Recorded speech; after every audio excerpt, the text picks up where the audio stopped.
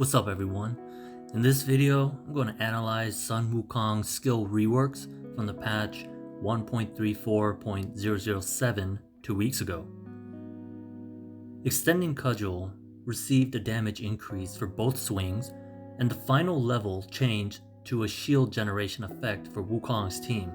This is a good change, but unfortunately Wukong already received a point in support for this skill originally for its defense reduction effect. False Truth received an attribute and durability boost for Wukong's phantoms. Now they can share the current level of his passive skill Indestructible King. Since the first effect, after 3 non-critical hits, is 40% damage reduction on top of the default 45% critical damage resistance, the phantoms will be harder to kill. Although this change is good, there is no point change for Wukong.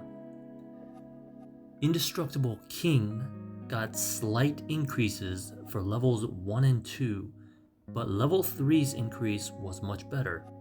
Tenacity may reduce control effect duration, but resistance to control prevents them from happening in the first place. Good change, but again, no point change since Wukong already received a point in survival for the skill.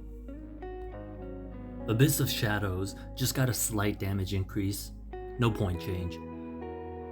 IW's skills got a big change for the first 3 levels.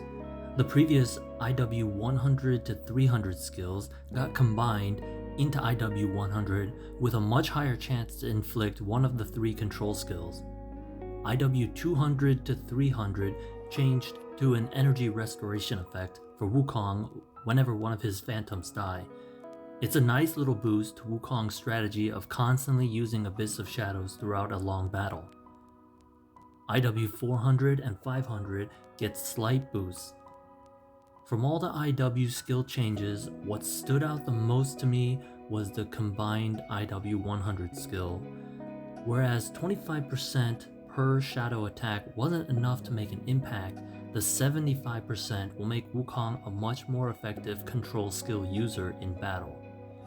For the IW skills, again, no point change despite their changes for the better.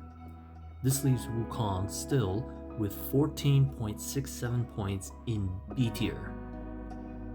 Nowadays, even with the fighter meta led by the Ninhursag Iset team, I'm not sure if Wukong is much better than where he was before.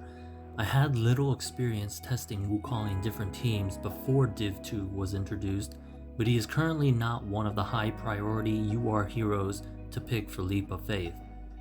With Div 2 increasing the basic attribute of heroes, it's more important now to pair similar UR heroes with each other for the faction bonus. Even before Div 2, Typhon and Wukong teams were rare. However, this is still a good change for any Wukong fans. Thanks for listening.